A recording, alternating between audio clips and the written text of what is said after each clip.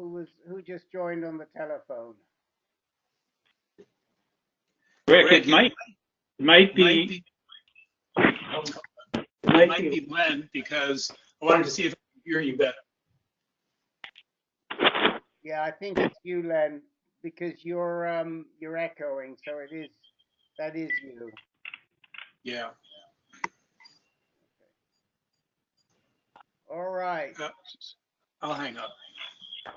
Yeah, it's Yeah, Len. Okay, so let me see. Do I have? okay. I'm just writing everybody's name down here, and then I'll go down the roll call.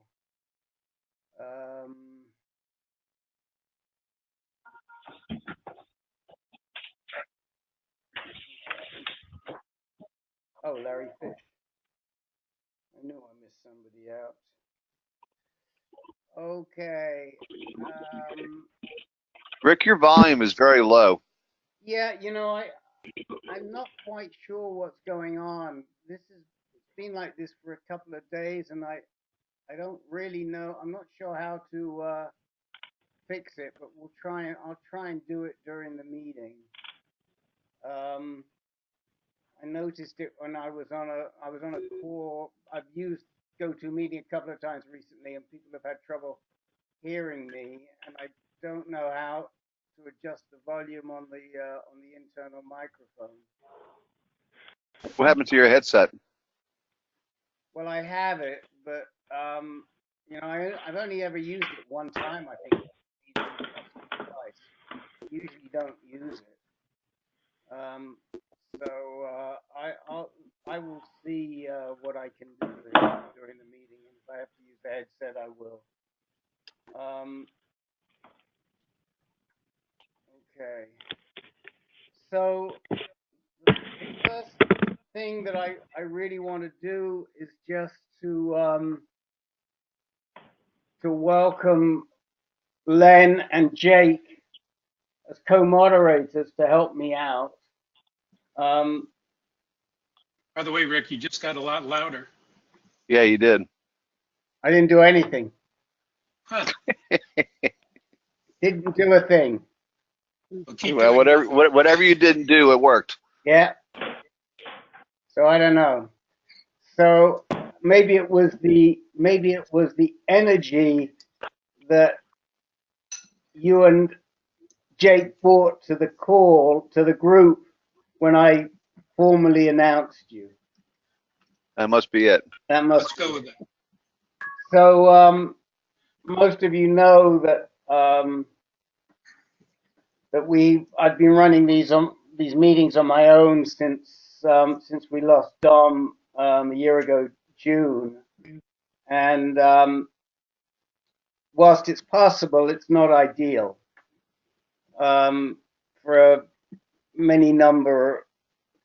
for any number of reasons, such as, for example, trying to fix a crummy microphone during a meeting is impossible when you're running the meeting on your own.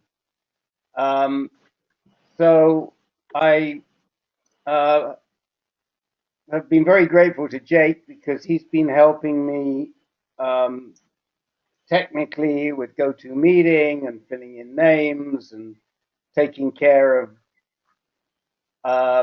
unwanted noises during the meeting, etc., etc. And so I felt that that's a huge assistance. In fact, when Dom and I used to run the meetings together, Dom's job was to fill in the names and find out who was on the call, and so I recognize that's really required. And so Jake's going to continue doing all of that on the technical side and maybe more. I mean, for those of you who were on the meeting last week, Jake was coming up with some of the links and the resources that we needed, and all of that is just really, really helpful.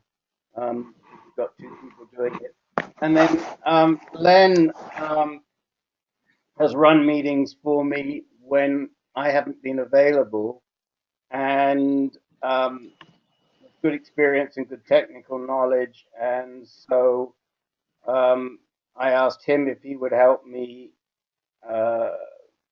with the moderating side. And fortunately, both of them said yes, so that made it easy.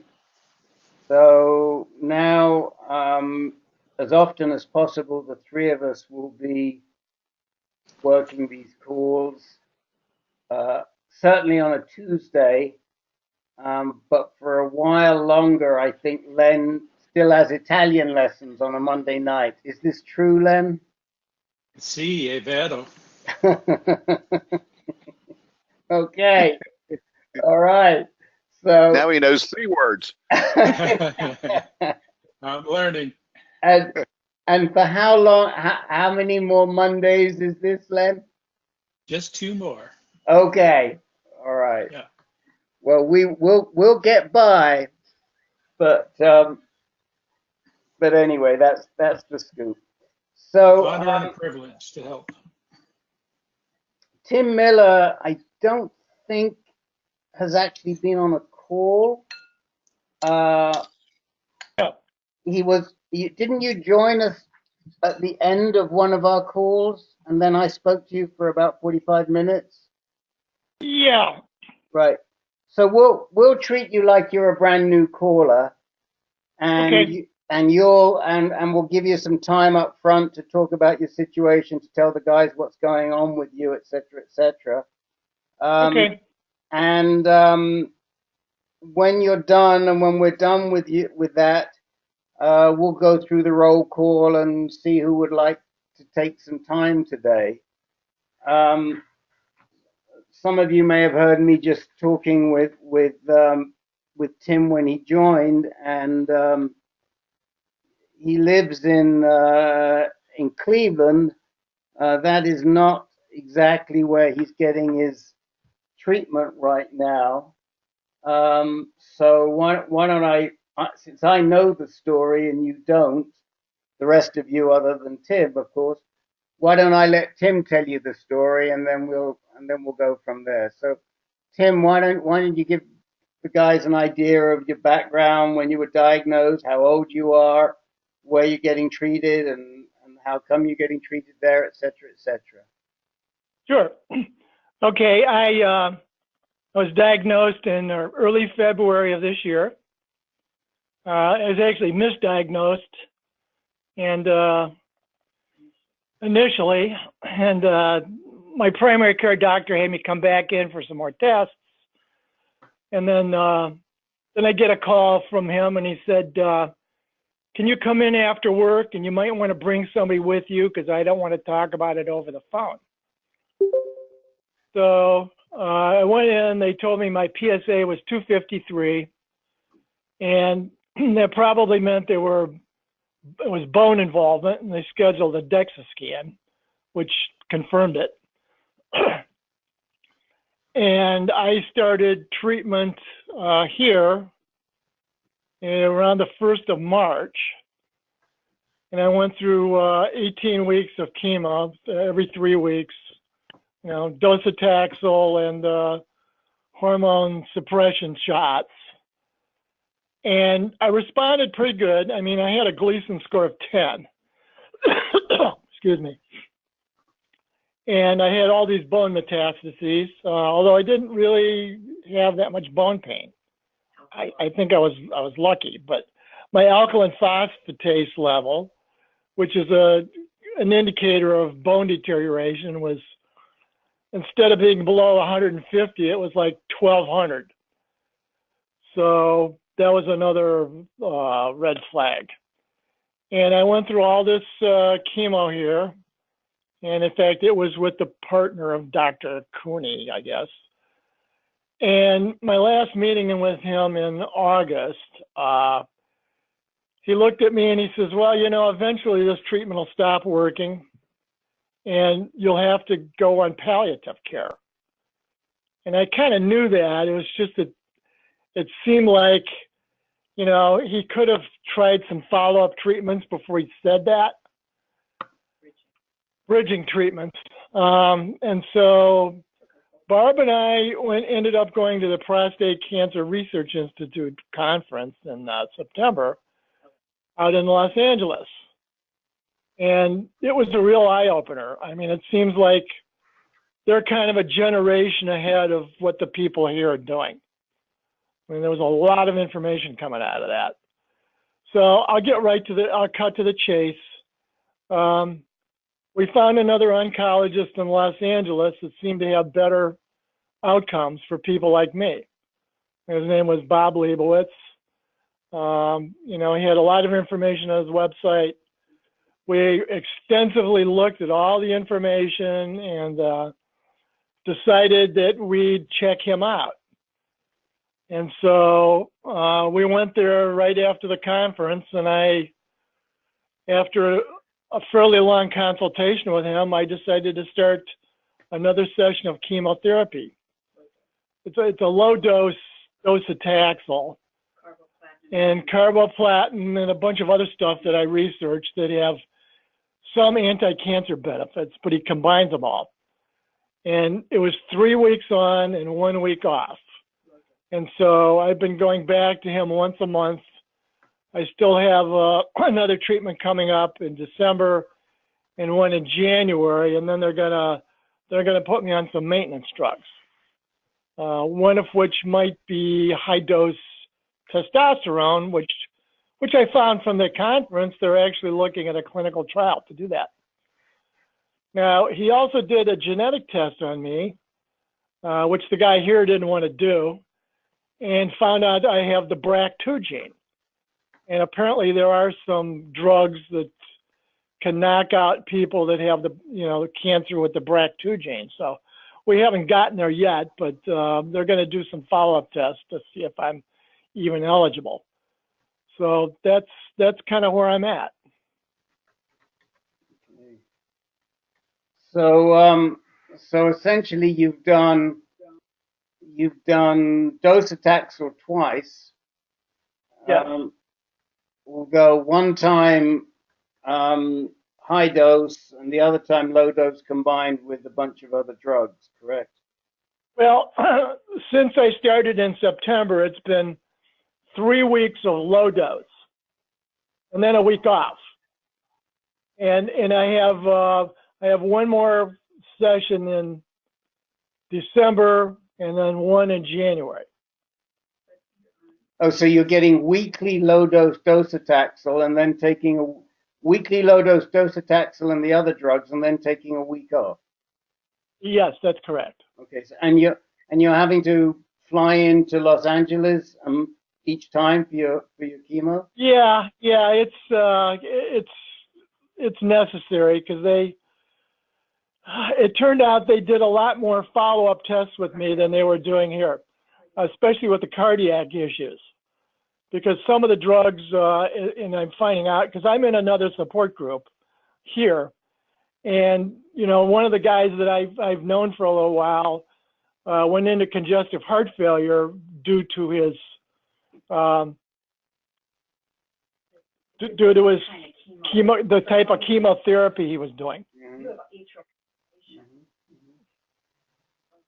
And what sort of hormone therapy are you on? It's Firmagon. Okay. It's a little easier on the cardiac. Right. Yeah.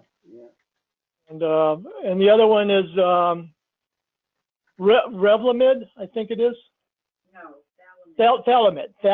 No, thalidomide. Thalidomide, yeah. Yeah, that's right, he uses thalidomide, but thalidomide is not I don't think it's a hormone therapy. I forget. No, it isn't. What it does is it cuts off the blood supply to the tumors. Oh, right. Oh. Okay. So, since we've talked, you sort of know where I'm coming from. The only new news to me is that you're BRCA positive, which opens up a number of opportunities for you. Yeah, there's a couple of drugs out there that can attack that.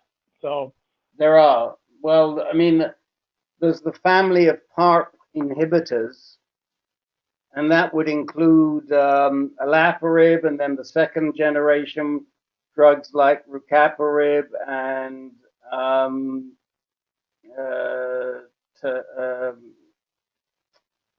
the drug that Pfizer's making, which is actually still under trial, talazoparib, which is about 100 times stronger than the olaparib.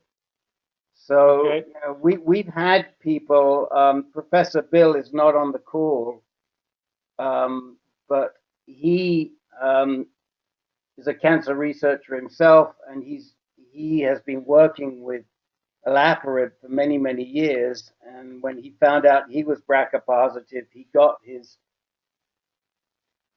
medical team to prescribe it, and they did that 2 years ago. He attended his own tumor board, and he had good success with it. It melted away all of his tumors. But in the last 6 months, they've started to return. Okay. He's also on enzalutamide. And now he's looking at possibly second line, one of the second line PARP inhibitors. But yes, if you're BRCA positive, the PARP inhibitors become a really good option. What who did the genomic sequencing, and did they sequence blood or did they sequence tumor? I believe I think it was Foundation One, and I think they did blood. Okay. But he was going to send out.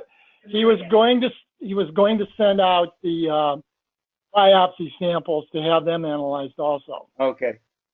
Okay. Well, I mean, what we seem to think now from research that was done published this past June, is that there isn't a great deal of difference between the blood and the solid tumor. Right. The problem is that, or the issue is that the panel is a lot smaller for the solid tumor, for the blood, I should say. The solid tumor panel is about, I think the Foundation Medicine panel now is about 360 or 380 gene variants, but most of the actionable genes are included in the blood panel. So even though the blood panel is smaller, you don't learn a heck of a lot more if you do a solid tumor analysis. Now, of course, you've got to have enough circulating tumor cells to be able to do the blood panel, and some people do not. Jeff Ledoux, for example, who is frequently on this call, when he first did it, he didn't have enough circulating tumor cells. But it's obviously easier to do a liquid biopsy if you can do it than the solid tumor. But that all sounds positive. So let me, there's probably a bunch of guys with questions for you. So let me throw it open. You've got at least one. No, you've got a couple of people that have done chemotherapy on this call. You've got one other person that was prescribed but hasn't done carboplatin yet. Okay. So let me let me throw it open. Who would like to address Tim and his treatment? Rick, I'd like to know if Tim, he said it was blood specimen, but was it like liquid biopsy looking for somatic mutation, or was it germline BRCA2? I really don't know for sure. Okay. If it went, my partner's going to look it up. They gave us some information. Len, if it went to Foundation Medicine, they don't do per se a germline test. They do a BRCA test, which doesn't indicate whether it's germline or somatic. And they do a somatic test. Okay.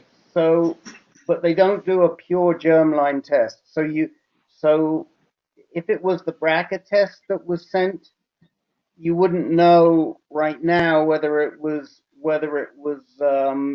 inherited or whether it was somatic. And by the way, Tim, that is important, because if it's germline, then it's important for your kids. I don't know. Do you have kids? I don't have any kids, but I will say my uncle and my father both had prostate cancer. Right. Right. Well, with BRCA, it's wider than that. So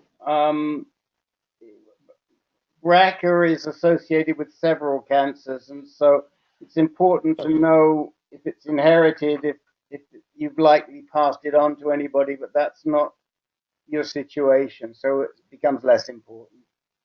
No, but the female members of my family, a couple of nieces, have been informed about this. So. Okay, that's good. In their 50s, and they haven't had any breast cancer issues up until now. Right. But, with BRCA, it's not just breast cancer, it's ovarian, it is pancreatic, it can be melanoma. There are several cancers that are prominent with a BRCA mutation. That's good. Go ahead. You wanted to say something, Tim? Barb is trying to look up the information we got about the testing. It just says genes assay. It says genes assay. Yeah, There's no other information about how the test was done. Yeah, well, I mean, if it was with Foundation Medicine, they're not gonna tell you if it's they don't know if it's somatic or if it's germline. Okay. If it's their BRCA test. Okay. Apparently, they've sent it off to Myriad. Oh, right. Myriad's different. Yeah. Okay. Because there's letters after the BRCA2. Let me have it. There's letters after the BRCA2 Sure. that show it. Okay. There's also another one called MYC amplification. Right. APC M503FS2 and PIK3CG. But this is what I'm saying. There's special letters. The letters. Okay, well, even. I don't know what that means. Yeah. So There's a subtype, but I don't know what it is, what it means. okay. Well, those are all mutations. BRCA2, MYC, PIK3CG. What were the other ones? Okay, the BRCA2 is L1227FS. Right. And then there's an MYC amplification dash equivocal. Yeah. And then an APC M503FS2. Right. And a PIK3CG A445T. Okay. I'm So not familiar with any of that. right. So unfortunately, we don't have Bill on the call, but if we did, he'd probably know more than most anybody, including the people at Myriad and Liebowitz. But you never know. He sometimes pops in a little bit later, and we may well hear from him today. And if we do, we'll circle back to you and ask him about these mutations. Sure. Anyone else like to address Tim's situation? And Tim, do you have questions for the guys in terms of your chemo treatment? Well, Tim, this is go ahead. yeah, Tim. This is Dennis, and I just wondering what your PSA is currently. Has it come down? It's below 0.1. Oh, terrific. Yeah, that's great. Oh, pretty That's much good. undetectable, depending on, you know, whether it's a rounding error or not. And are you getting any pain from the bone mets? No, Great. no, just Good. a lot of fatigue from the chemo. Platelets. Yeah. And my I- platelets dropped, and so they've had to modify my therapy to get around that. And I don't think I recall anybody mentioning Zytiga, abiraterone acetate. If any of your doctors mentioned that as a possibility, or? Not at this time, no. Conference, but you couldn't take it anyway. How low did your platelets drop, Tim? 82. Okay, well that's not so bad. It's not good either, but when they drop too low, they have to modify my chemotherapy quite a yes, bit. they do. But you know, usually that they start to get concerned once you drop below 50. I mean, they don't like to see you go under 100. But you know, yes, there's some concern, but you know, it's not dangerous. I don't think, at least from my experience with people that have had platelets issues. So I actually, because I was in a support group the other night, I mentioned my platelet drop, and one of the guys sitting next to me also had a platelet count of 80, and he ended up taking a supplement called papaya leaf extract. mm-hmm. It's a liquid, and he took that. Within 2 days, his platelet count went up to about 140. Hmm. Apparently, this stuff is used in the tropics for dengue fever, because when people get dengue fever, their platelet drops quite a bit. So I've ordered some. It hasn't arrived yet. But. Yeah, but you must discuss it with Liebowitz. I mean, I guess he's so open. I'm sure he'll say yes, but please tell him don't just take supplements, because you don't know how they interact with your other chemos. Yeah, So, I understand. So I did email some people in his office about that, and they weren't too familiar with it. So right. I'll have to do a follow-up with them. Yeah, I mean, just be sure. I mean, I don't know if there's a problem or not, but anytime you're on a cocktail of drugs like you are, and you want to add a supplement, even if it's a natural supplement, it's really important that you run it past your medical team. Yeah, I understand. I've dropped most of the supplements I was taking. Okay. Anyone else like to ask Tim any questions?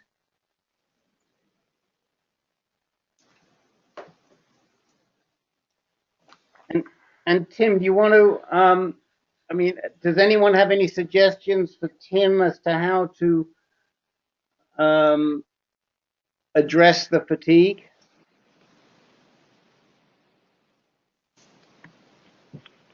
Rick, it's Jim.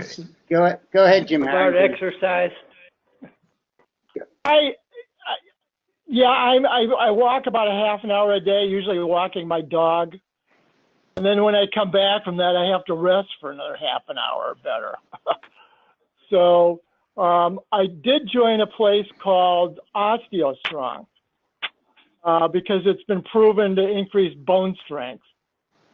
And I've signed up there. I've gone to a bunch of sessions, and we'll see how that works. What do they provide? Is it resistance training, or what is it they're offering?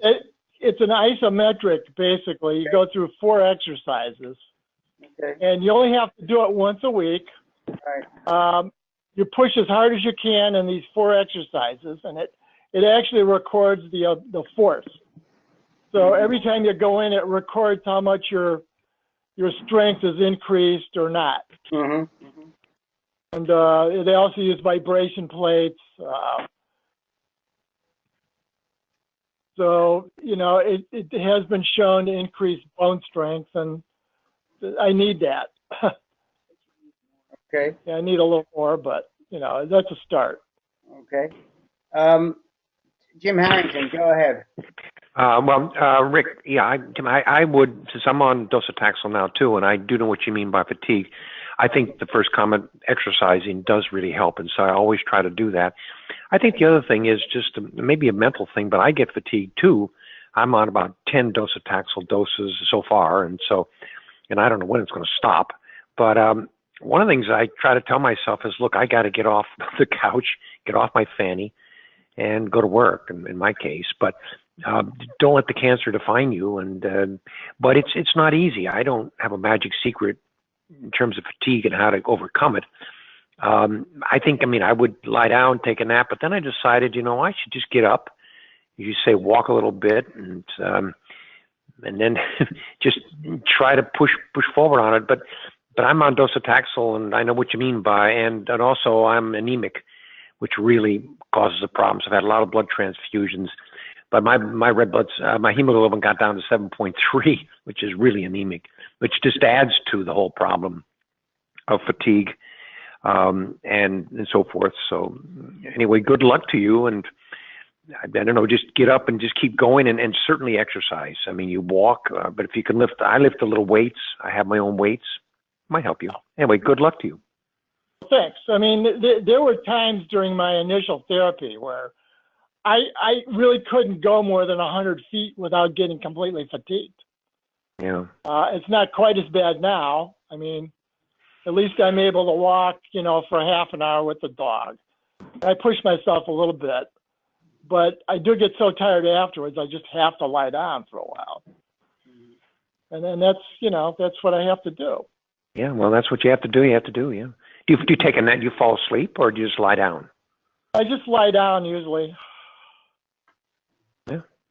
And it seems to cycle. I've noticed it. I don't know if other people have the same problem. Some days I'll feel pretty good, and then I think, well, I'm getting better, and then the next day I'm really tired. Yeah, what I find is, and then what most will tell you, the oncology nurses, is that you're going to go through a nadir. And I'm on 2-week cycles for docetaxel, and my nadir, I can just peg it. It occurs, I have the dose Thursday, I'm down. I mean, and then it starts to pick up, and that's the way it goes. That's the nature of chemo, I guess. I know. You just get these bad days, During my initial treatment, I was hospitalized 4 times. So it was really rough. And neutropenia and fever. They gave me a blood transfusion. I had some internal bleeding one time. Gee.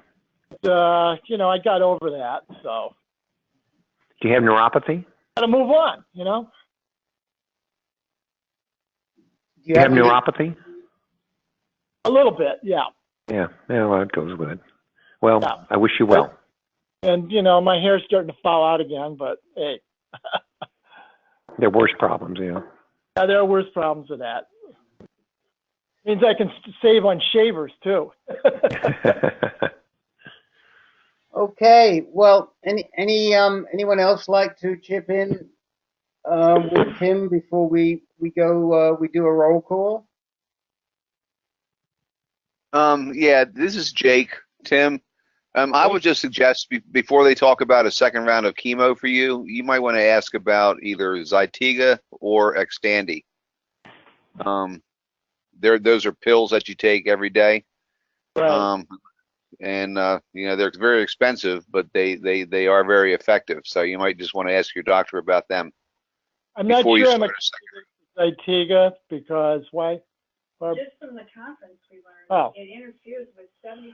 Yeah, apparently Zytiga has a lot of interactions with other drugs. I mean, you have to be super careful when you take it. But it doesn't interfere with anything, including over-the-counter drugs. Well, I don't know. I've never taken Zytiga, but I do take Xtandi, and I did some research on that, and that does not, to the best of my knowledge, interfere with any medicine. Right. And so you might want to ask about that. And it's just as effective as Zytiga. It's even better in some ways because you don't need to take prednisone with it. Oh, okay. Just a suggestion, something to ask your doctor about. Oh, sure. Thank you. Dennis, are you aware of any interactions with other drugs? No, nothing. I don't even recall reading through all of the information on it that there was any kind of major problems. I mean, if you've got pre-existing heart condition, that's one of the big ones that I remember. But Yeah, well, I've got AFib and that, and so they've had to be real careful how I went through an extensive cardiac workup to make sure that I was okay to do this. Tim, did you say you're from Cleveland? Yes. Okay, because that's my former home. I'm now in Tucson. Oh. But the Cleveland Clinic there, have you used anybody at the Cleveland Clinic? Well, I was with University Hospitals. That's the other large medical center here. Yeah, Cleveland Clinic is truly outstanding. They're a center of excellence on heart issues. Oh, yeah, I understand that. No, I have a cardiologist with the clinic. Okay. I'll admit, we hooked up with a cardiologist out in L.A. whose brother works with Bob Liebowitz, and he did more extensive cardiac testing on me than they ever did here. Mm-hmm. Good. And I mean, they did an echo, they did a chemical stress test, they did what was the last one they did? A non-invasive angiogram. And yeah. Okay. So I am. Rick, I can give you a quick update. Sure. Rick? Is that you, Dennis? Yeah, that's me. Well, yeah, we'll go down. I'm just going to go down the list in a second. I'm just going to go down. Okay. I just wanted to ask anyone else if they're aware of any interactions with enzalutamide or abiraterone and over-the-counter drugs. I certainly have not heard of much in that regard. Amiodarone? Amiodarone? Is that what you said? No. Oh, okay. I said that I'm not aware of any interactions with between enzalutamide and abiraterone and over-the-counter drugs, but there may well be. I haven't heard that as being an issue before. Is anybody else aware of anything? We found out at the conference that Zytiga does have a lot of drug interactions. That was from Dr. Myers. And that was Dr. Snuffy Myers. Well, I know we know a lot of people that are using abiraterone, and that this is the first time I'm hearing of it, but may well be. But I'm certainly not aware of any. But anyway. Okay. All right. I can tell you when I was prescribed Zytiga, Yes. my medical oncologist did not say, make sure you're not also taking any of these drugs, no warnings of any kind. Now, I did go to drugs.com, drug interactions, and for both Zytiga and enzalutamide, they both have hundreds of drugs that are potential for drug interactions. But Right. that's probably true of almost any drug, including aspirin. Right. So, Right. yeah, I haven't heard of anyone having a problem with drug interactions with either of those drugs. Right. Right. And Tim, by the way, Len is a retired pharmacist. So. Okay. But anyway, yeah, I think that's a good point. I mean, I think if you read the fine print with a lot of these drugs, because these companies are so liability conscious, they list everything to cover their ass in case you have a bad response. But I'm not aware anybody that's had issues with drug interactions. I think the bigger issue, is what Leibowitz's attitude is to the second line anti-androgens, and that I have no idea. I don't know if he prescribes them or not. So you'll find out. Let's hope that you do continue to do really well. That you you finish up in January, and hopefully you don't need anything for a good long time. Well, the bone scan will be the acid test, so to speak. That's right. When was your last bone scan? I think that was in September. It was a sodium fluoride 18. F18, yeah. F18, yeah. Okay. So yeah, and when do they plan to do the next one? We don't know yet. We'll find out next week. Okay, excellent. All right, so let me run down the list here and see who would like some time. Jake, anything for you to tell us this week or to us? I have a quick question. Okay. Len, anything for you? Not me personally, but if we have time, I'd like to ask a question on behalf of our buddy Michael Seidman.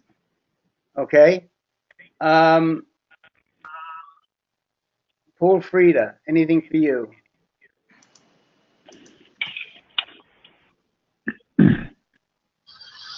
Nothing for me tonight. Thank you. Okay. John Appler, anything for you back in? Hi, Rick. Nothing from. No? Yeah, I'm okay, Rick. Nothing from me. Thank you. Okay. Jim Harrington, anything for you? No, I'm okay, Rick. I'll just listen and help. Jim, what's your PSA doing? It's leveled off at about 3.5. Okay. So Right, and my doctor's leaving. Your doctor's leaving? Yeah, he's going to Columbia Presbyterian. Okay. Well, let's come back to you and talk about that. Yeah, that's fine. That's fine. That's fine. Yeah, we'll come back to you. So, okay, that's fine. Anything for you, Sylvester? Oh, no, thank you. Okay. Dennis, you have something? I know. Yep. Larry Fish, anything for you tonight? Hold on, I had to unmute. Not tonight, thank you. Okay. And Tom Van Zandt. Mr. Van Zandt, hello. Hi. A couple of minor questions. That's okay. all. You can have a major one too if you like. All right. So let's start with Jake.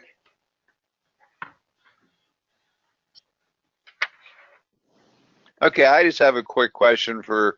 Last time on, I think last Monday, we discussed in depth vitamin D, and I had been taking it, and I was just I started getting diarrhea, serious diarrhea that I couldn't even make it from the bed to the bathroom. So I was wondering if anybody else on vitamin D, like 5,000 units of it or higher, were having gastrointestinal issues. That was 5,000. I take 4,000. I've never had an issue with GI problems. And okay. And I mean, the most I was on was 2,000. It didn't bother me at all. I've not heard again of it causing that, and supposedly you can take up to 50,000. So I don't know. Anyone else taking a largish dose of D has had issues? This is Tim. I was on 5,000 every day for a while. Yeah. But my vitamin D level got a little too high. It was just under 90. Right. So I backed off. Right. I mean, once you get to the right level. Oh, it was under 30. I'm sorry, say that again? My initial vitamin D level was under 30. Yeah, that's not bad. I mean, you know, there are people who start in there in single digits. I think I was at 18 when I started. It's pretty common. Once you get into that range of, you know, sort of 45 to 80, then you just reduce to a level where you maintain whatever that level is for you. I think I just take 400 a day now. So. Well, I'm taking calcium citrate with vitamin D, so the total ends up being about a little under 2,000 units a day. Right. Do you have any stomach issues with it, Tim? As long as I, you know, space out the doses, it's not too bad. No. Okay. Well, what I decided to do is I'm going to continue taking my Caltrate, the 600 whatever it is, and calcium and vitamin D, and take 5,000 units of vitamin D once a week. I figured that'll be easier on my system. It might have been a lot of this diarrhea happened over the holidays, and I tend to stress out, so it might have been from that. But the only thing that I had started new was the vitamin D. So that's what I'm going to do. I'm just going to do it once a week instead of once a day. Do you take magnesium along with that? It helps absorb it a little better. No, I didn't. I don't. But again, you've got to be careful with magnesium, and you should be talking because there are, you have to be careful not to take too much magnesium, from what I understand. So all of these supplements are great if it turns out that you need them, but you need to know your underlying levels. Well, I do. Okay, good. I actually had some magnesium deficiency a few times. So Okay. we're keeping track of that. Okay, but in terms of anyone else that's listening in, don't just jump in and add supplements without knowing your underlying levels.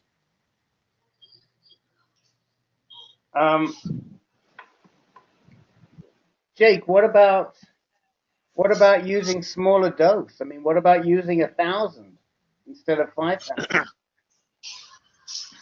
Yeah, I could try that. It's just I bought a bottle of 360. They're not that expensive. They're only I just think it was like $15 for a bottle, so it wouldn't be like a major loss. So I could try that. All right. Well, you think that'd be better than once a week? Yeah, I mean, how about halving those pills or quartering those pills? Well, they're like gel. I don't know if I can have them because I think they have some kind of gel, or they have some kind of liquid in them. They look like gels. They're not pills. Okay. No, I don't think. Looks like a fish. Looks like a fish pill or something. Okay. All right. Well, I don't know. I don't know, but yeah, I think that probably my guess is that it's probably something you ate rather than the vitamin D, but I'm not a doc. I don't know, and sorry that I'm sorry you made the investment with the big time. But wasn't your vitamin D anyway in the 40s? It was 50. Yeah, it was right in the sweet spot as you put it. Yeah, so it wasn't really bad. Right, so you don't need it. It's just my calcium is low. I was trying to get my calcium back up. Well, that's why I was taking the extra vitamin D. Level of vitamin D, I don't know that taking more is going to help it. Well, the research that I did on it, and there's a lot of research on it, and a lot of it's over my head, and that's why you don't have me as a moderator in terms of technical stuff. But they talk about TSH and but vitamin D apparently helps you absorb calcium. It does, but the point is that if you've got a healthy level, then taking more may not necessarily help you absorb more calcium. That's the question. All right. You know, if your vitamin D was 20, yeah. But if your vitamin D is already, you know, around the sweet spot, then I don't know that you're going to absorb more by pushing up that vitamin D level. There's probably enough vitamin D to absorb calcium. That's a question that you need to ask to a nutritionist or you know, somebody like Greta McCare. I have a question. Yes. Can your blood test or some other test tell you whether you've got a problem with vitamin D or the calcium? Absolutely. Yes. I mean, we've said several times on here that everybody should really know their vitamin D level. So you that comes with a standard blood test? You or have is that to, a special? no, you request No. what you want to request is D3 hydroxy 25. Say that one more time. D3 hydroxy 25. Well, let me write that down. Hold on. I'm putting it in the chat window. And as for the calcium, that's pretty much done as a routine every time they do a complete blood count. Which presumably, if you're getting a PSA and you're getting any kind of treatment from your doctor, she'll do. The calcium is pretty much routine, but like Rick said, the vitamin D is a special test you have to ask for. Is this hydroxy test that tell you whether you got enough vitamin D or whether you're getting enough calcium absorption? Vitamin D. Okay, that's vitamin D. Vitamin D. Then there must be a separate test to tell whether your calcium is healthy or not, no? Yeah. The calcium is as part of your complete blood count that they do. The CBC that they do at the doctor, that usually include calcium as one of the components of that blood test. Okay, and the CBC you get the calcium, and then the hydroxy test you find out about the vitamin D. Okay, thank you. Well, hold on. The CBC, that's for red blood cells, white blood cells, platelets, a few other things. But the calcium is actually part of the metabolic panel. Yeah, you're right, Len. I always get the two. I always have both of them done at the same time, and I get them mixed up. But you're right. Yeah, they're routinely done, both of them.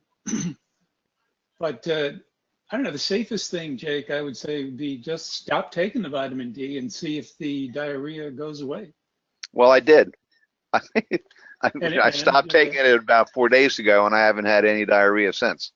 Oh, okay. So. Well, then, yeah, reintroduce it, and if you get it again, then you know what's causing it. Right. My problem is I have, this is too much information, but my problem is because I take oxycodone, even though it's only one pill a day, I get constipation. So I'll go 4 or 5 days without, without a stool at all. And then it's kind of like Katie bar the door. I have what I call a poop day.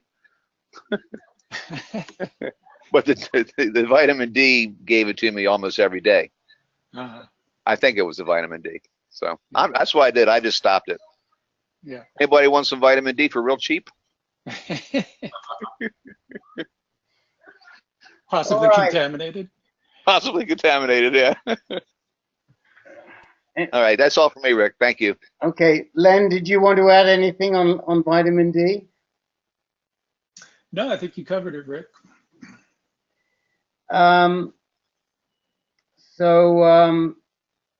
Rick, this is Barb, Tim's partner. I wanted to mention something about if we could go back to the Zytiga. Yes. Only because I found my notes and I just didn't want to leave it up in the air. And you mentioned that Len was a pharmacist. And what I wrote down was this: many drug interactions, Zytiga blocks 50% of other drugs in the pathways of CYP3 capital A4 and 2 capital D6. It's a good drug. I mean, he didn't say he didn't like the drug, but he said there are interactions. You have to watch the blood pressure. You have to take prednisone to prevent the adrenal crises. And it also, I wrote, blocks early in the pathway, eliminates testosterone. So he liked the drug, but he said there were interactions. Now, the Xtandi he loved and said there were, minimal drug interactions, and it crossed the blood-brain barrier as well. But that's what I wrote down. So I just wanted to throw that in there. Len, you want to talk about that CYPA4? Yeah, it's true. The enzyme that Zytiga inhibits is involved in the metabolism of lots of drugs. But again, that's true of so many drugs. The liver uses the same enzymes over and over again to break down or metabolize all of the drugs that we take.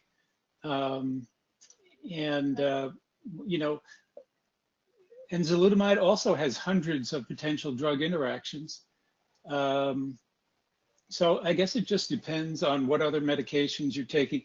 Always best to let the doctor know before he prescribes any drug, what other drugs you're taking, and then they should know whether or not there's a potential for serious interaction. And serious is the operative word here, because sure, Zytiga may affect the metabolism of other drugs, meaning that it may either increase or decrease the level of these other drugs when you take them. But it could be significant or it could be insignificant. It might change the level of, let's just say, aspirin in your system by 10%, which probably won't have any problematic side effect. I mean, it's a very complicated issue, but important thing is that let your doc know what other medications you're taking when he prescribes anything. Okay, thanks. Sure. I'm trying to recall, but I mean, I know that, for example, if you're on simvastatin, you cannot eat grapefruit.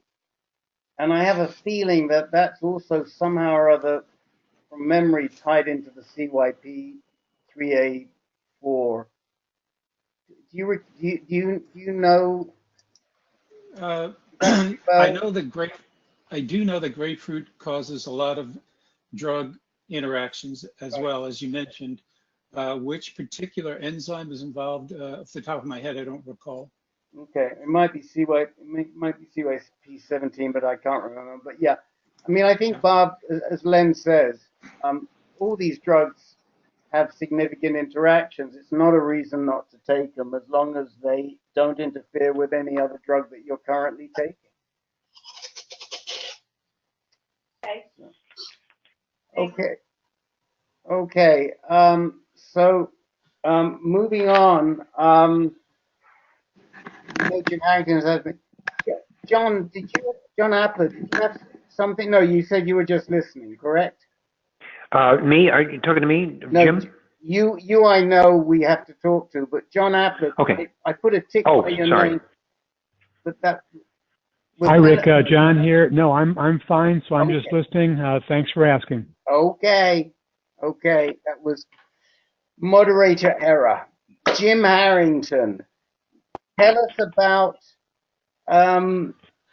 Dr. Stein leaving and what are you going to do? I'll tell you what, and where are we going now? What do we do next? Yeah, I'll tell you what. Basically, I'm on docetaxel. I've had about 10 infusions, and I'm going to see him in a couple of weeks. I'm still trying to get the information from Foundation Medicine. Unbelievable. I'm just embarrassed by it. They simply aren't telling. But let's put that aside for the moment. I'm working on it. But my PSA leveled off with docetaxel, only docetaxel, no carboplatin yet, at about 3.48. So it just steady there. It went down from, well, it was never that high. You know, I don't make a lot of PSA, I guess. And it was 5 and went to 3.5, and it stayed there through the docetaxel. I'm doing well with docetaxel. In fact, it's getting better. I just keep going. I just wanted to tell the group something kind of interesting. First of all, Dr. Mark Stein. Hold on. Hold on. Yeah. Hold 1 second on your PSA, because I have a note here from the 30th of October that your PSA was 2.7. Is that wrong? Yeah, no, that was right. It just went up, and then I was on the trial, Rick, and no, I guess from what was the date? October? No, it's a good question. I mean, I should know these things backward and forward. Let's just leave it at 2.7. Okay. Yeah, it's basically leveled off.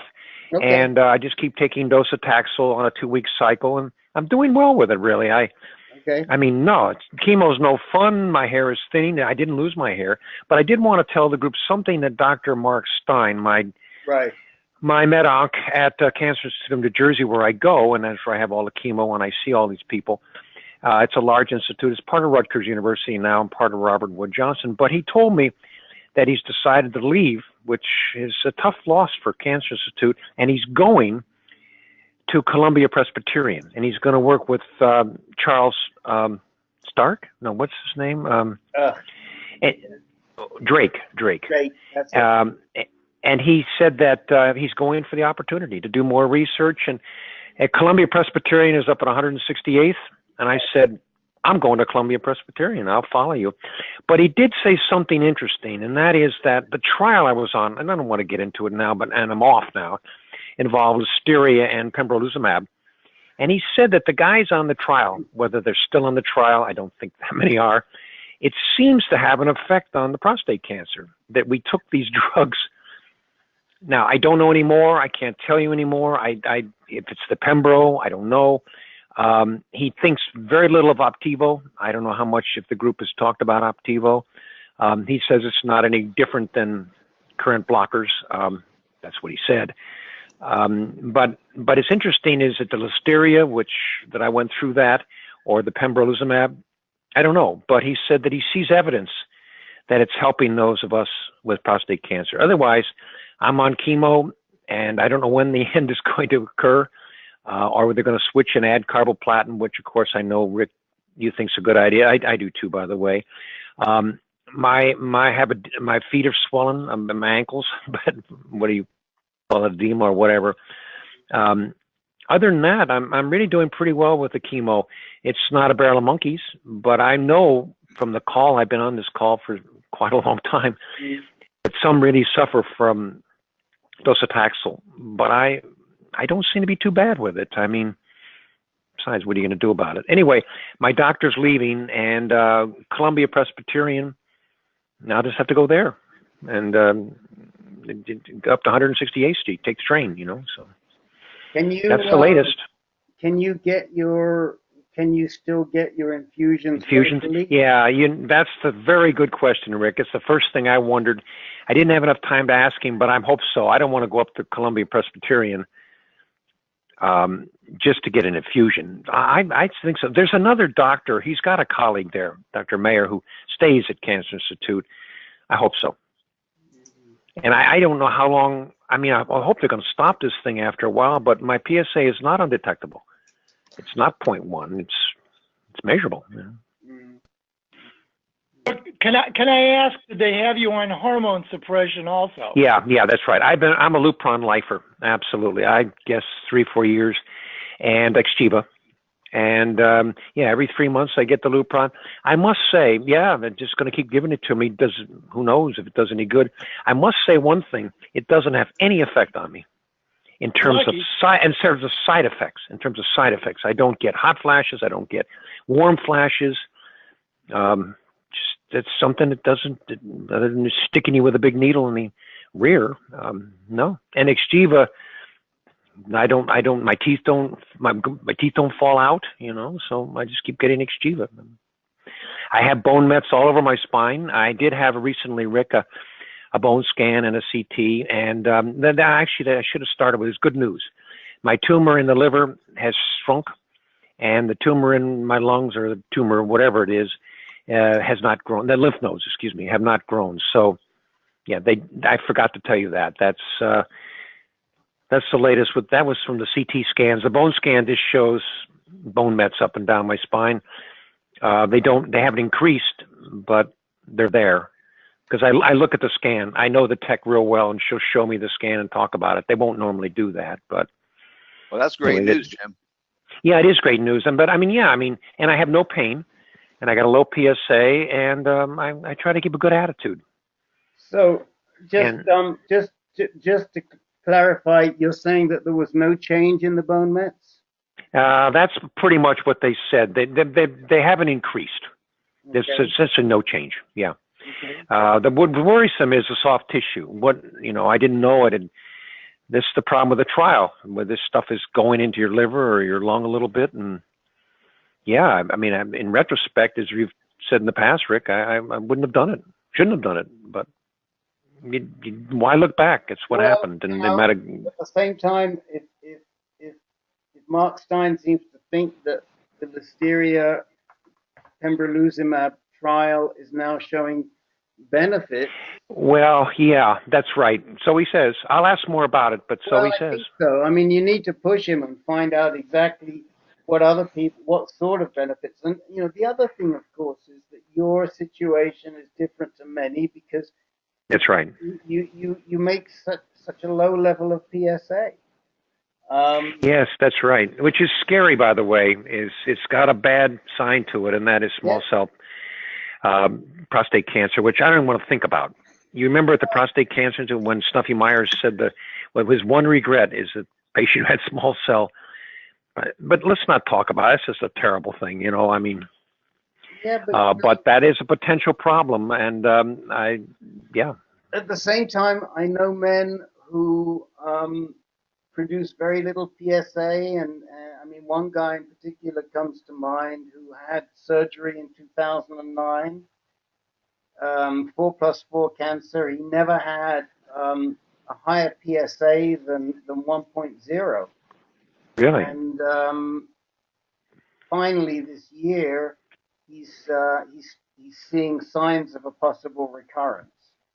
So you know that there are so many different types of prostate cancer. It's so heterogeneous, and whilst some of the low PSA making prostate cancer is very aggressive, and small cell or neuroendocrine type cancer, there are evidently other types of low PSA making prostate cancer that are a lot less aggressive. So yeah, well, we hope for the best, and I'll know more later when I see my doctor in a couple of weeks. But I would like to figure out what happened to Foundation One. Okay, so let's talk about that. When did you send your Foundation One? About 2 months ago. Okay. 2 months. All right. And who sent it? I didn't send it. I mean, the nurse sent it, and that's what she said. Okay.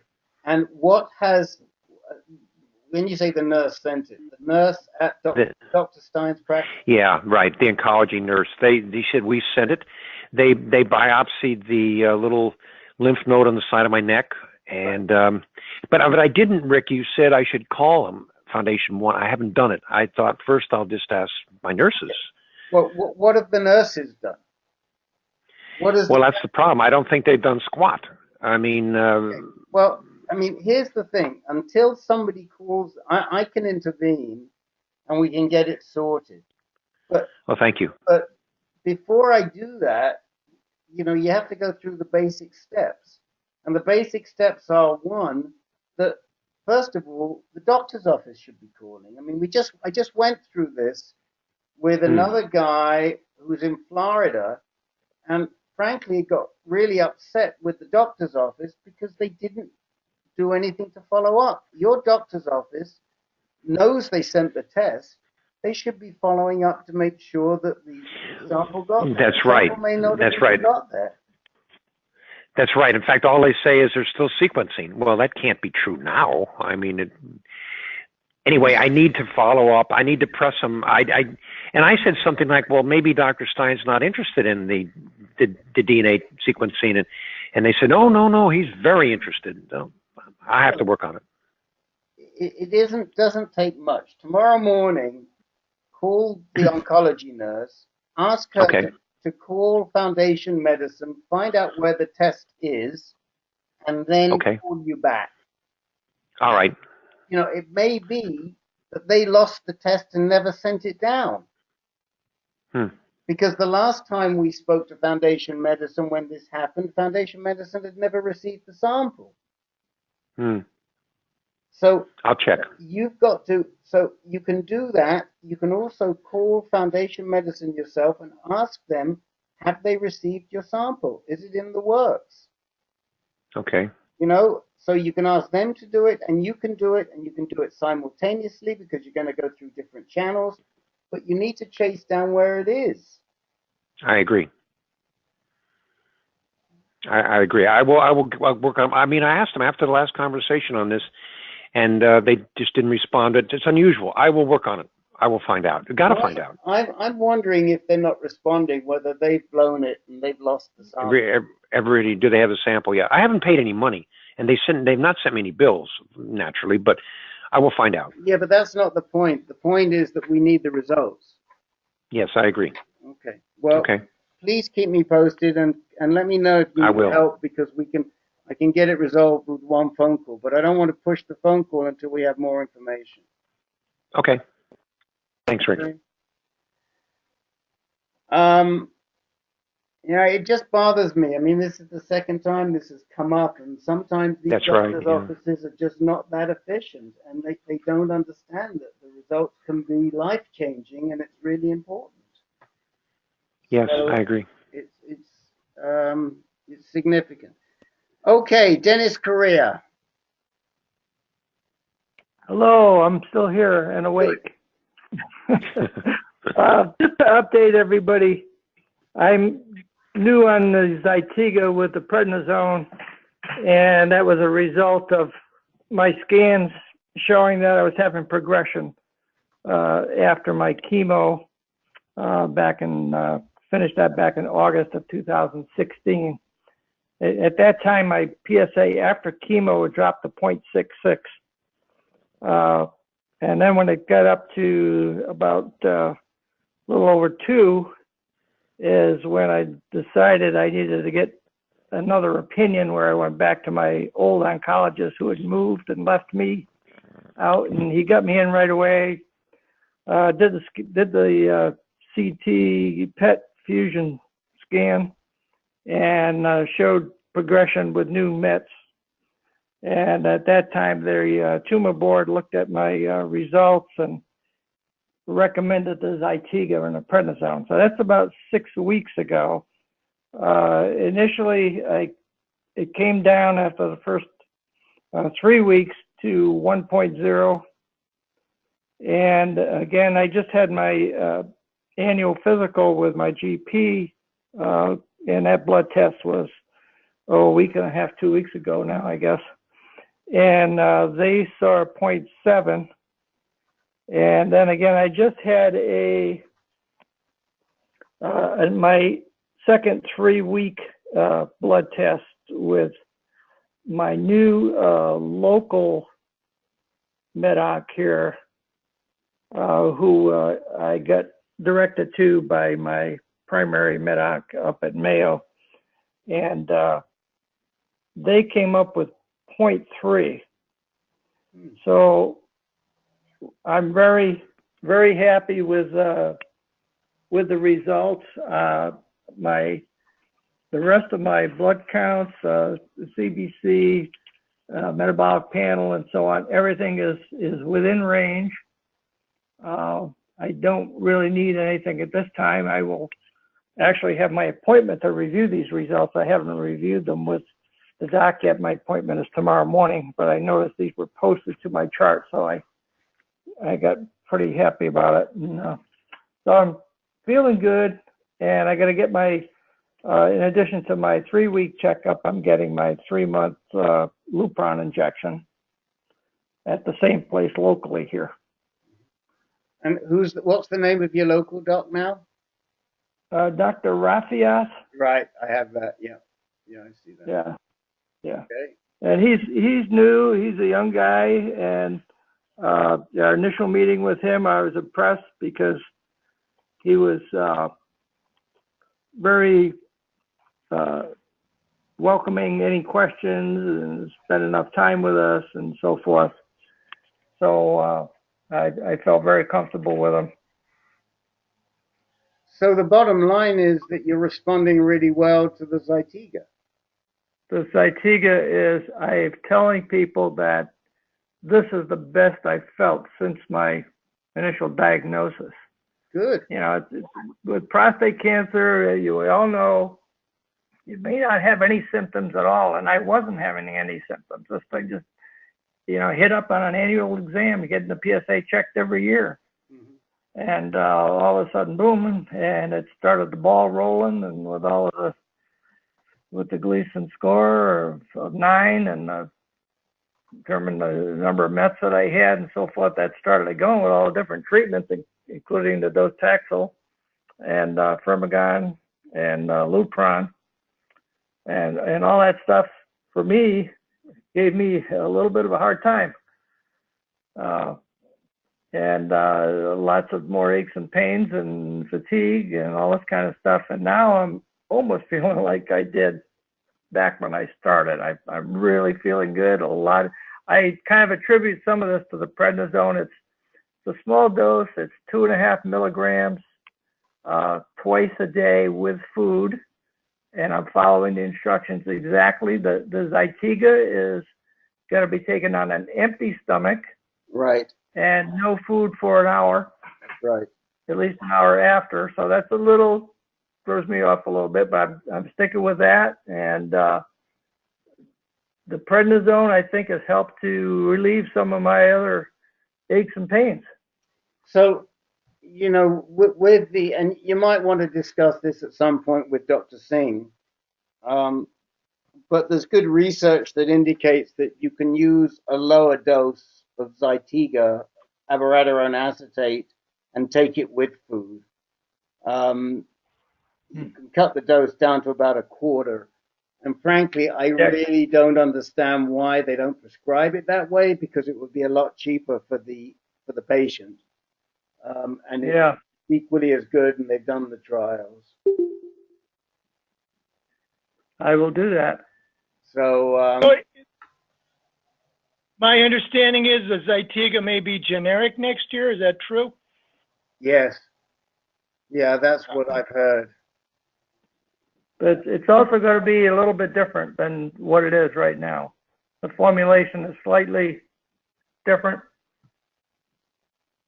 The generic formulation will be different? Is that what you're saying? Yes. Yeah, that's what I read. Well, what I had seen is that there's another formulation coming out that is a little bit different, which will then be available. But I'm not exactly sure whether the new formulation is what's going to be generic or the old formulation is what's going to be generic. I can't quite get it, but the bottom line is it should be a lot cheaper next year. That's good. Yeah, my first 1 month supply, and I have my Part D drug plan with Humana, and my first 1 month supply was about $3,000. And then I very quickly hit the donut hole or whatever, and my second month's supply was down to about $480 some, I think. Right. Len, what do you how are you managing the financial aspects of Zytiga? With Zytiga? Yeah.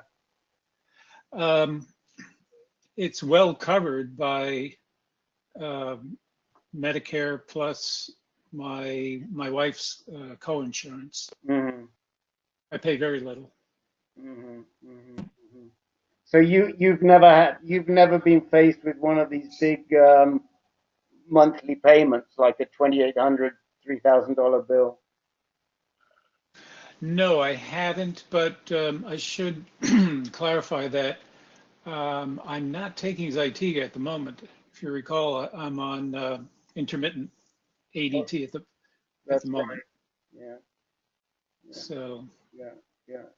I never reached the donut level. Okay. Anyone else? Is anyone else on the call use Zytiga? Rick, I wanted to make a comment that the generic version of Zytiga is, I think, is Vervoxy or something like that. And the big difference is that they call it a biosimilar, I believe, and instead of prednisone, it's taken with methylprednisolone. So for whatever that's worth. and it's still waiting FDA approval. But that's not a generic. That's a different drug, I think. I think there's two things. It's biosimilar, yeah. Right, we're confusing things here. First thing is, I think you're right. abiraterone is going generic next year, is my understanding. I mean, I remember FDA approving it in around 2008, 2009. So I think that it's about to come off patent.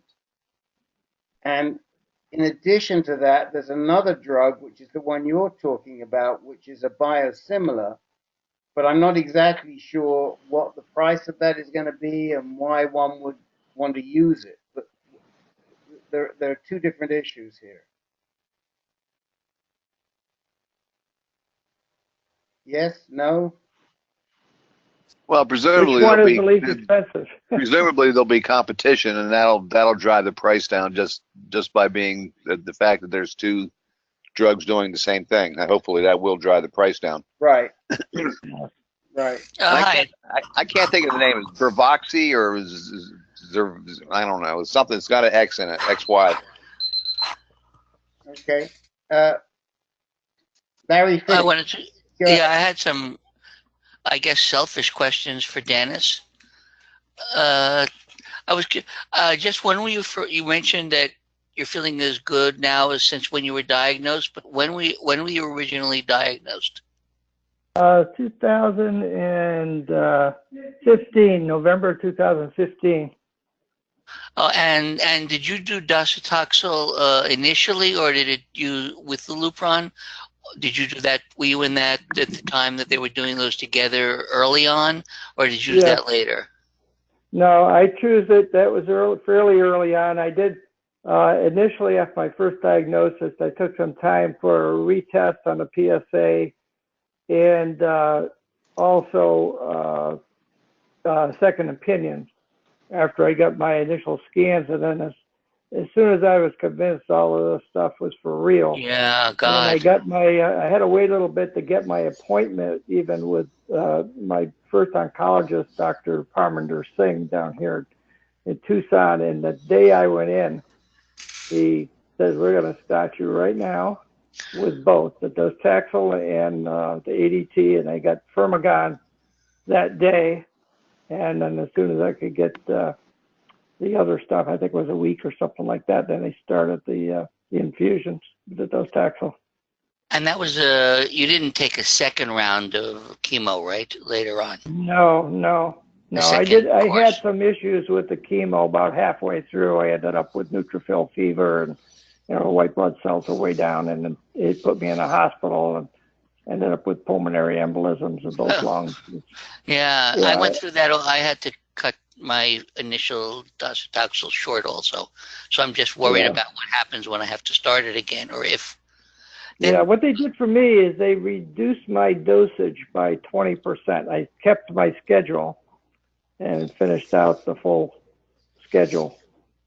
Yeah, I like that. But the dosage amount was reduced, and that took me down to 0.66 after that. That's where I was at PSA. So now I'm at point after it went up, and now I'm down to 0.3. 0.3, which is really fantastic. So I guess they're not planning to rescan right away because it sounds like everything's probably clearing up. Yeah, I did have a scan. I went up for a scan. That was a couple months ago, and that's what led to the discussion and decision to go with the Zytiga and prednisone. All right. Well, I really hope that hangs in there long enough till something even better comes along the pike. That's my hope too. Boy, this is the best thing that's working for me since I started here, and I'm very thankful. I'm feeling good, and wow. Boy, a lot of my issues before, I had this terrible issue, and I think it was from the Lupron. About if I'd sit for a while and go to stand up, my legs were like two telephone poles, and I could hardly pick them up and move them. Or when I get up in the morning, or if I get out of the car after a drive, and it's like gone. Right. Like, I was 2 thinking, years. Rick, I thought we were talking about getting, he scanned my hip and he showed me there was no cartilage left in there. He said, that's what's causing your pain in your hips. And so I'm, contemplating here, I might have to do a hip replacement or something. And then I start on this stuff with the prednisone and I feel like a new man. Well, I'm happy to hear it. I'm looking forward to feeling like a new man myself, and thank you very much. Sure. So, Dennis, the $64,000 question. How many strokes have you taken off your handicap since you started Zytiga? Well, that's the sad part about it, Rick. My game is actually going sour. Oh, yeah. I've been playing terrible, but I feel good. So it's a good trade-off. Okay. Just wondering. Well, listen, I'm gonna call you afterwards. I've got to go up to Northwest talking about hip replacements. I'm going to see the hip doctor at up your way on Friday. So yeah. One more thing. So talking about strokes, has anybody heard any updates on the Batman trials? Is anybody they seem to have sort of disappeared from discussion. The what trials? Batman? The Bat trials, the Batman, the testosterone, high dose testosterone trials. Oh, the BAT. No, I mean, I think they're still going forward. I mean, I think Tim Miller, I think I mentioned to you, you can learn a lot about the BAT therapy from listening to Sam Denmead on our website. It's a very, very, very good presentation.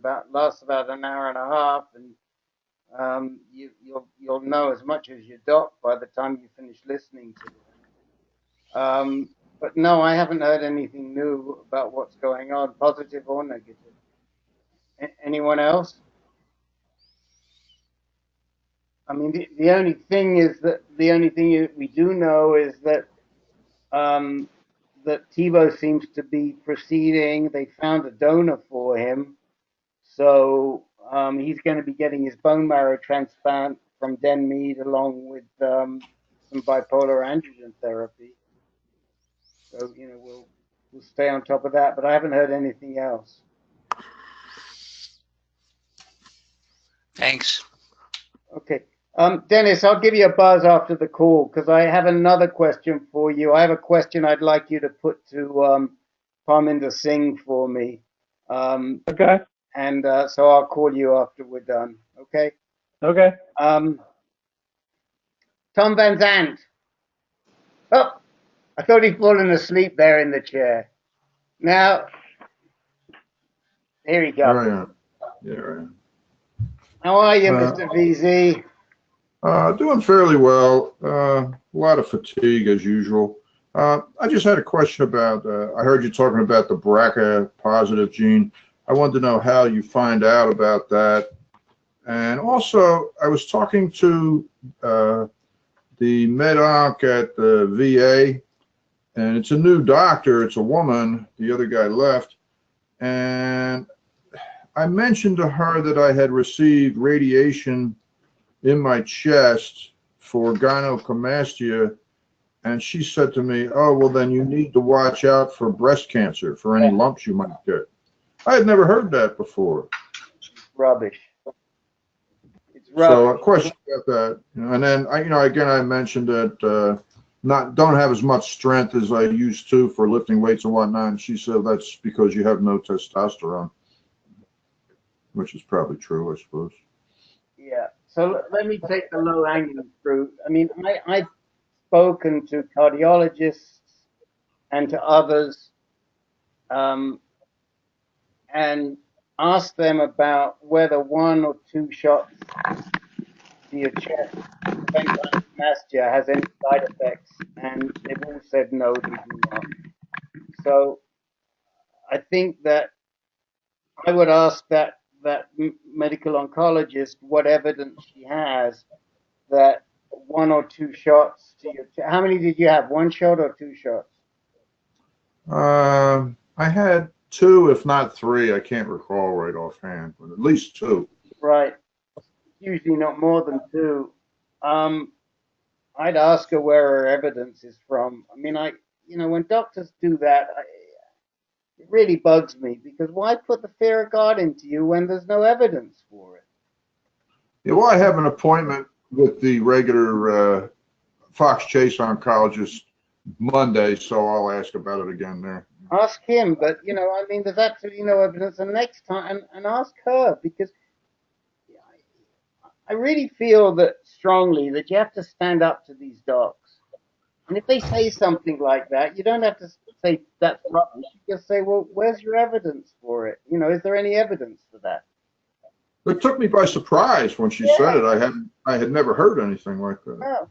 And I've never heard it. Now, I could be wrong. That happens frequently. But I've never heard another medical oncologist advise against radiation to prevent gynecomastia. And I've never seen any evidence that it leads to male breast cancer. And and you're getting so little radiation that you just have to wonder. Maybe one of my trusty co-moderators can do a quick search and see if a single dose or 2 doses of radiation for gynecomastia has any correlation with male breast cancer. As it so happens, we now run a call for male breast cancer, and I'm in close contact with the Male Breast Cancer Coalition. And so if we do find anything, I can pursue it with them and ask them to check it out for me. But frankly, I just think that she's blowing smoke, and it's not the right thing to do. Anybody else? Has anybody else ever heard of that? This is Tim. I also had 3 doses of radiation for gynecomastia. We met with the radiologist, who seemed to be pretty knowledgeable. He never mentioned anything about that. He just said, you may get a little irritation after a while. That was it. Yeah. She's got no business scaring you like that. It's horrible. So you should tell her that, you've heard that working in the VA can lead to ovarian cancer. And then see how she feels. All right. What about the BRCA positive? Okay. So what kind? There are. I was going to refer you to the website, but for some reason we've dropped a whole bunch of links, and I haven't had time to put them back up again. But there are 2 sources by which you could be carrying the BRCA gene, a mutation in the BRCA gene. One is that you could have inherited it, which is called a germline mutation. And if you have significant history of cancer in your family, either your male or female sides, on your mother's side, your father's side, but both male and female, then there's good reason that you should get germline tested. The other way that it can happen, Tom, is that you can make a mutation yourself. You can create your own somatic mutation. And you can be tested for that too. Now, the simple and cheap test is the germline test. So the first question I would have for you is, what's the history of cancer in your family? Well, it's fairly good chances. My father's side of the family, there was a lot of colon cancer on the father's side. So,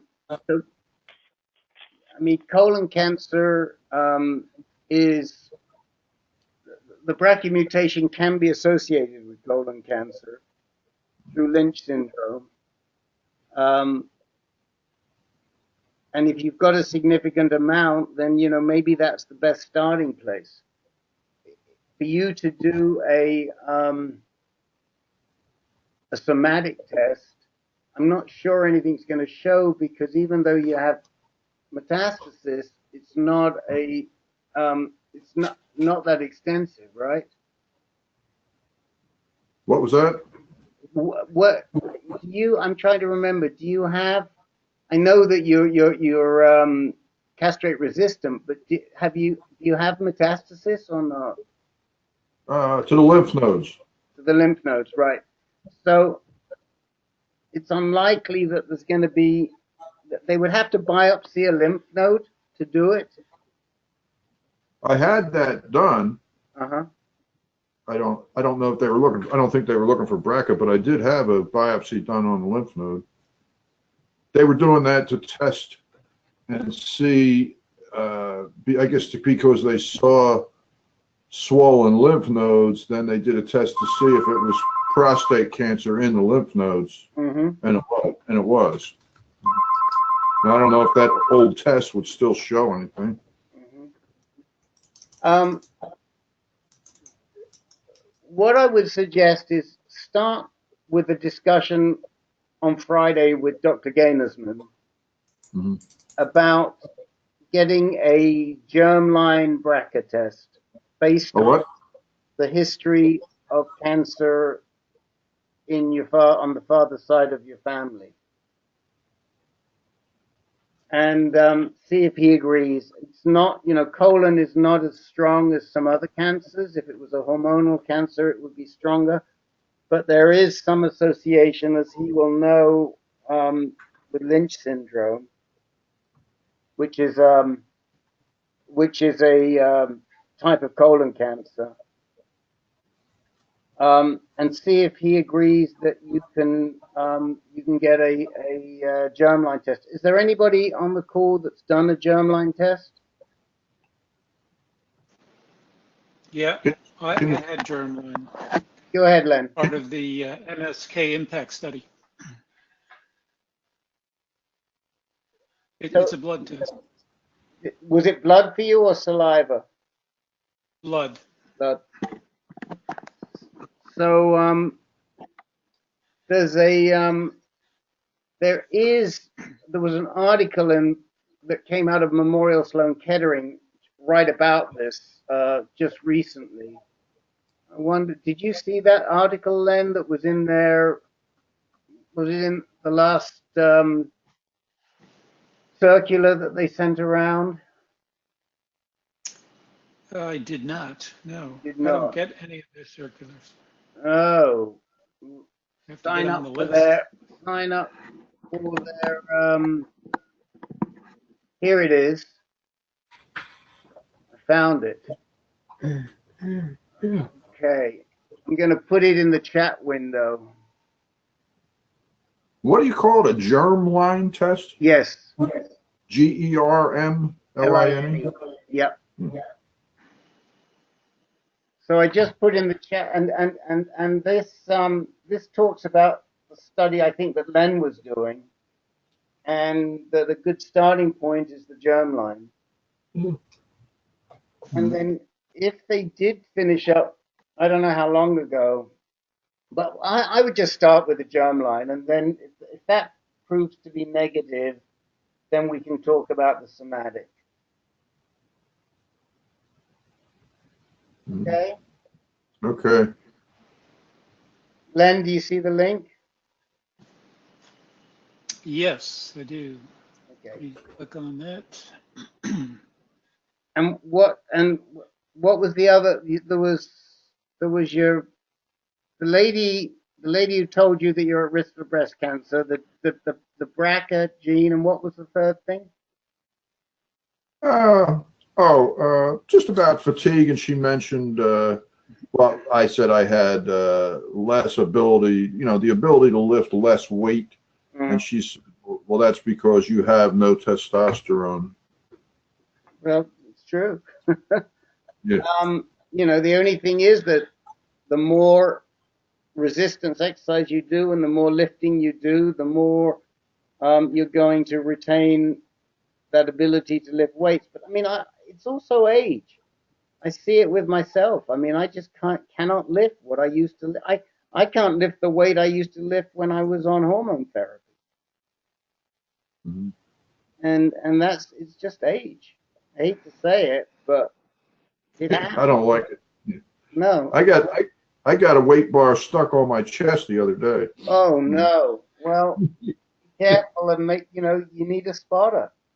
Make sure you've got a spotter. My wife was home, but she was upstairs and I was yelling for her and she thought I was sneezing, so she's up there saying Gesundheit.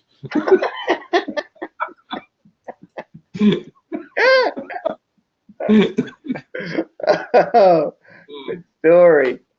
You know, that's no joke. I broke my xiphoid process when I had no spotter, and back in the day when heavy weight fell on my chest. Yeah, yeah. I mean, you need get the wife to spot you.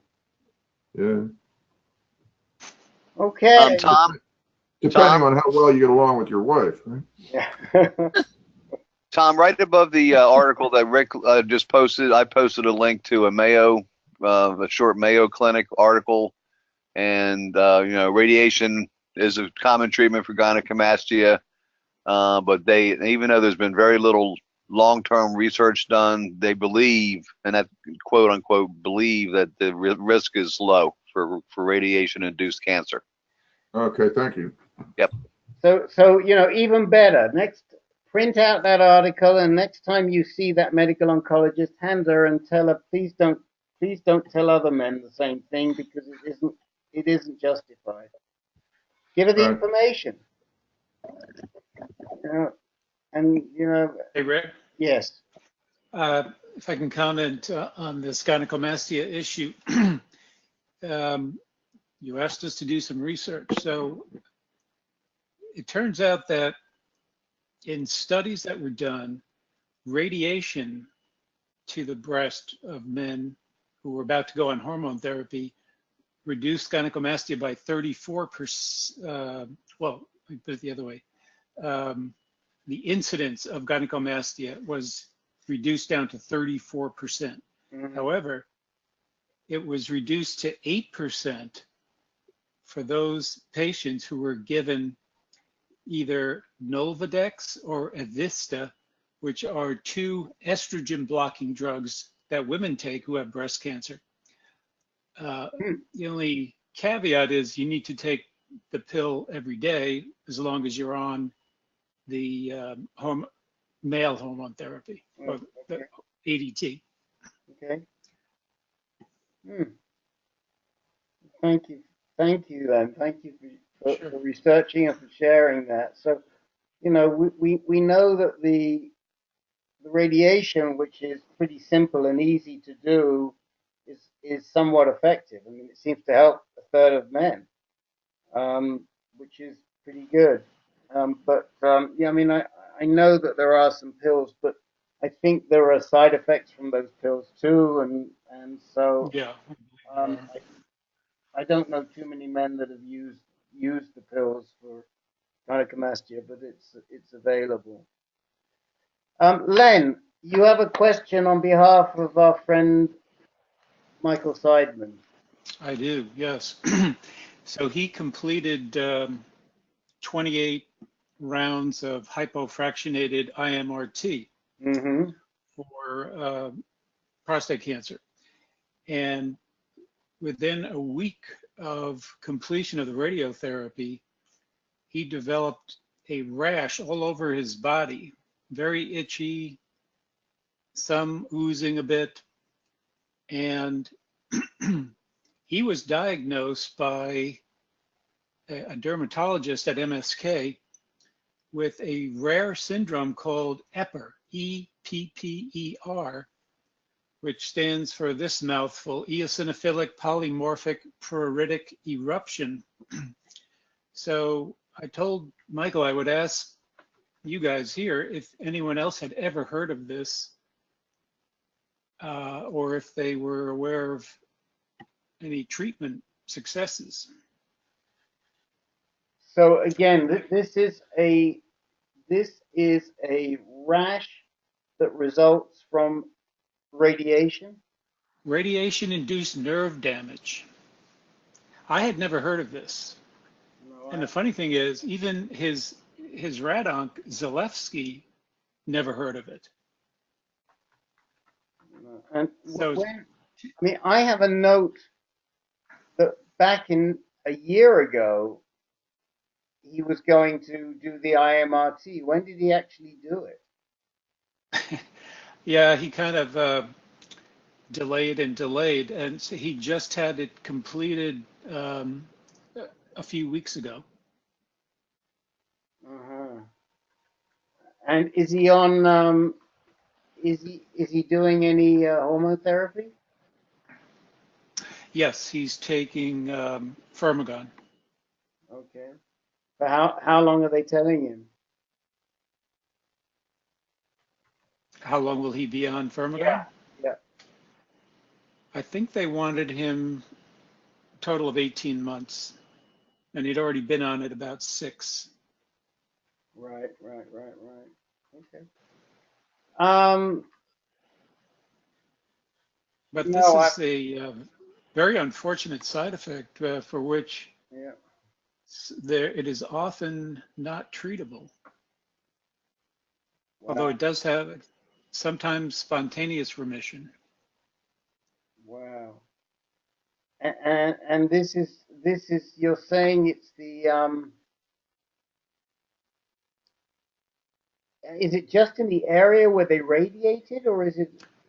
No, it is there, but it's also on his lower extremities, upper extremities, just about all over his body. Fortunately, not his face. Okay.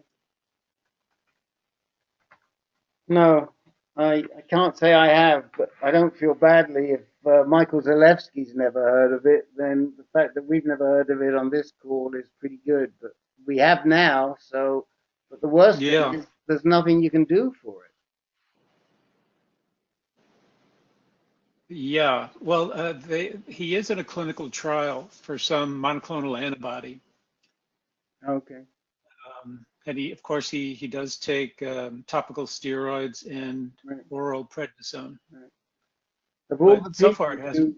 It's so ironic that of all the people, it strikes him. I mean, Yes, Mr. Procrastinator, and he didn't want to. He was very nervous about this to begin with. Yeah. I guess I should ask: has anybody else heard of it? Anybody else know anybody that suffered with extensive skin problems, dermatological problems from radiation?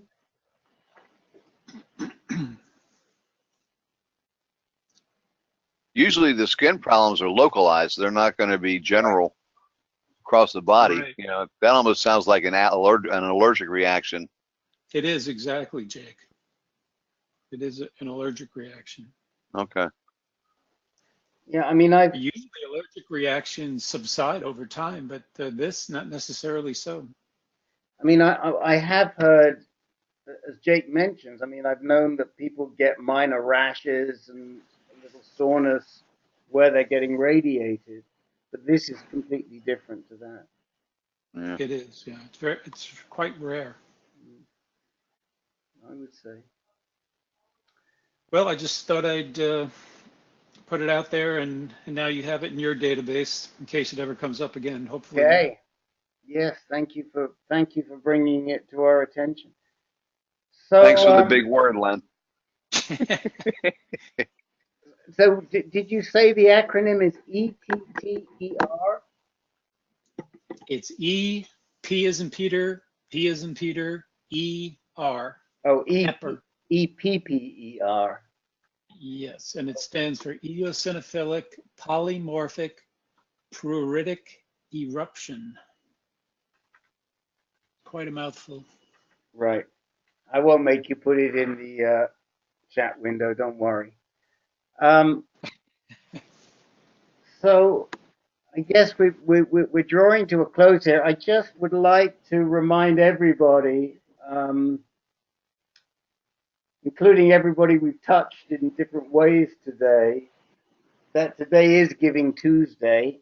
And as most of you know, that's when many of the nonprofits put out for to ask to be remembered. I mean, we did send out a fundraising letter last week, and we will probably send a reminder in the middle of December.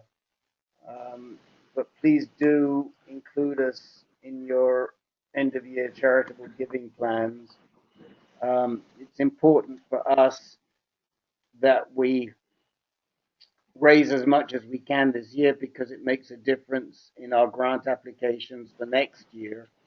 I'm hoping that we will hear something positive from Pfizer on our grant before the end of this week.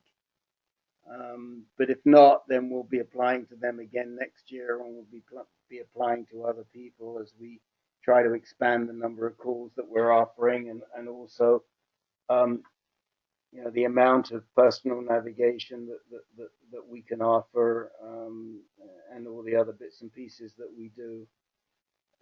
So it's that time of year, and there are a lot of people that are much more vocal than we are, but I know that, I should say we know that when we at Answer Cancer, meaning the moderators and the board, etc., we know we make a big difference to many people's lives.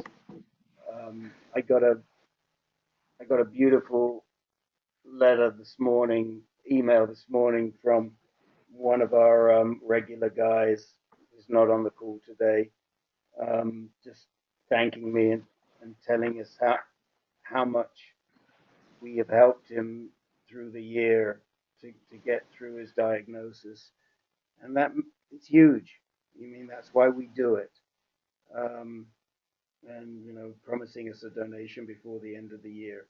So it is Giving Tuesday, and I just want to be sure that we throw our hat in the ring for those of you who are on the call and for those who will listen to the call later.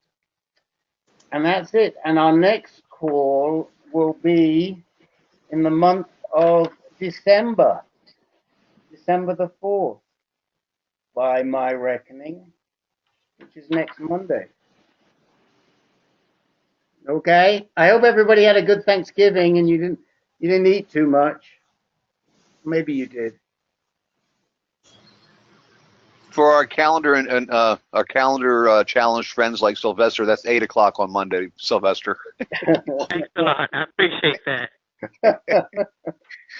Right, 8 o'clock next Monday, and we, unlike our brothers who attend the low risk call, we don't have any calendar challenge. We are not calendar challenged in December. They are, since one of their calls is on Christmas Day.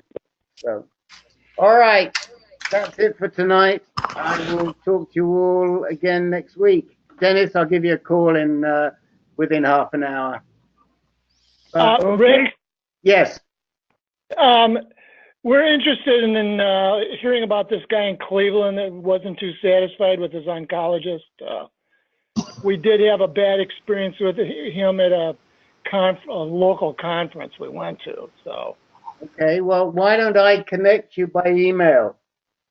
Okay. And you can compare notes. He is he's in early recurrence, so his PSA is starting to climb, and he's wondering what to do and where to go. So he's nowhere near in the situation you're in, but I did a personal navigation consult with him yesterday, and I will send out an email later on today, and I'll put the the two of you in contact, and let you talk to each other. Okay. Okay, that works. Thanks. Bye. Okay. Bye. Bye. Good night, everybody. Good night. Good night. Season's greetings. Good night, everybody. Good night. Every Monday. Rick, I'm going straight to the website and celebrate Giving Tuesday. Oh, God bless you. Thank you, Len.